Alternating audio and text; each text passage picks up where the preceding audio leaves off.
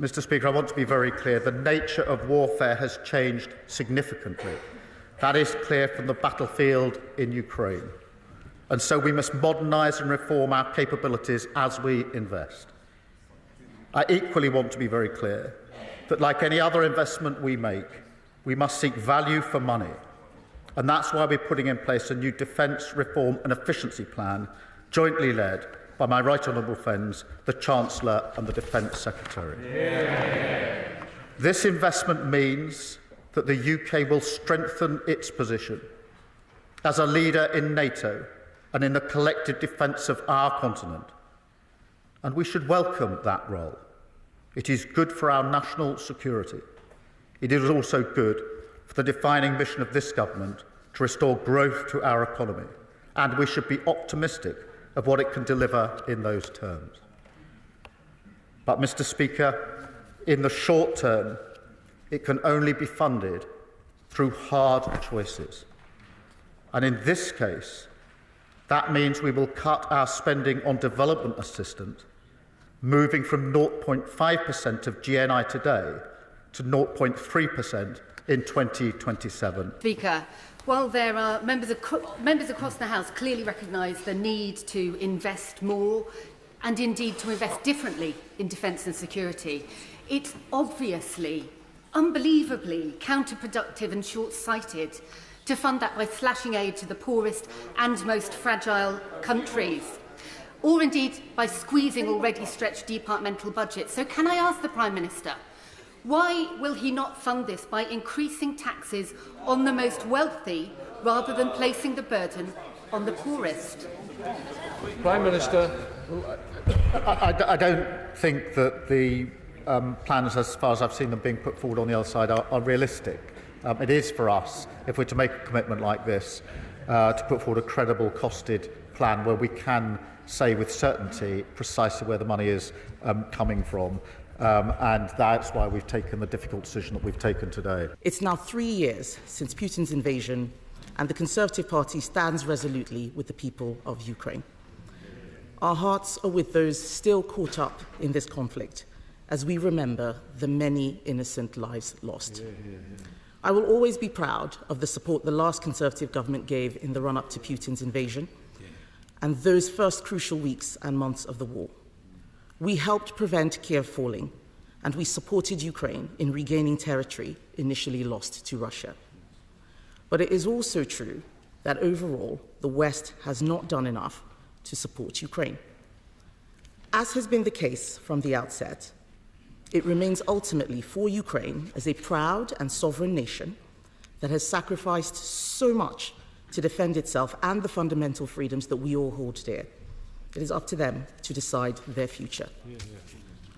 So we want this terrible war to end, but Ukraine needs to be at the negotiating table. And like President Zelensky, we hope for a lasting, reliable peace. But the West must continue to be intensely robust in the face of Putin's aggression. The lesson of the last 20 years is clear. He only comes back for more. The first duty of every government is to protect its people.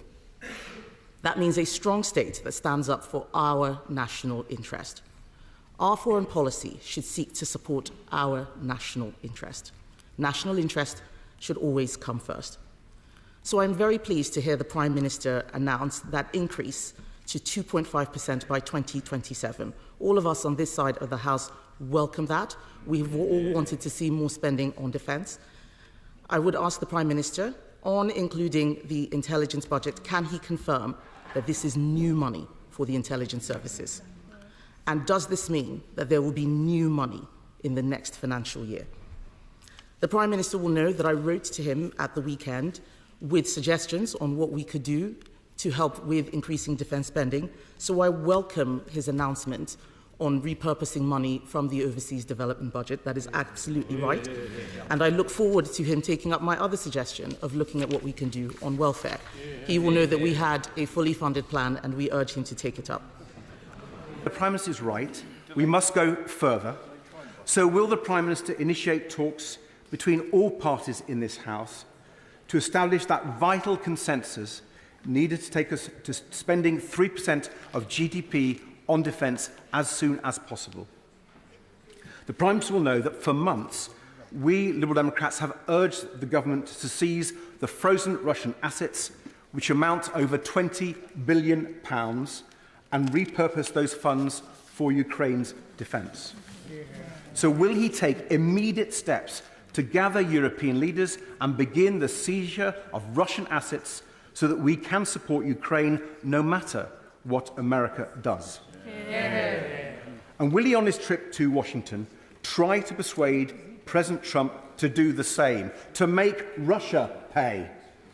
The Prime Minister will know that the whole country will be willing him on, hoping that he might be able to persuade Donald Trump to change his mind on Ukraine. We on these benches think he is right to try. Aside from a few of Putin's poodles who are not in their seats in this chamber here today, we are of course united in our support for the people of Ukraine, and indeed in wishing the Prime Minister well in his discussions with the President of the United States later this week.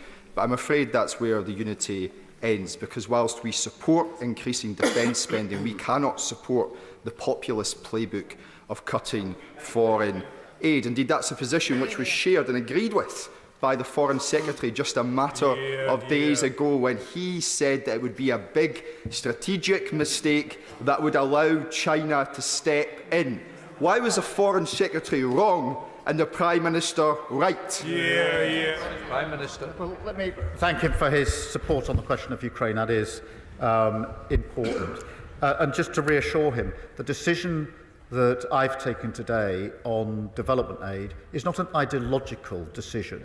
I absolutely understand the importance of it. It's a very difficult and painful decision, but a necessary decision.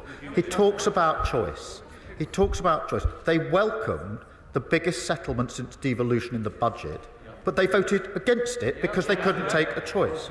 He welcomes the increase in defence spending, but he doesn't want to say how he will fund it. Choices, grown-up choices about the future of Europe require grown-up decisions and choices, and that is what we've done. National security is the first duty of any government, so I welcome the Prime Minister's announcement and his strong leadership today.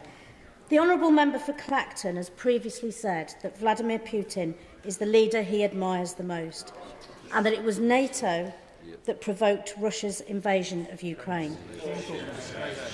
While this government rises to the challenge of investing in our defence, does the Prime Minister share my concern that those comments play right into the hands of Britain's enemies?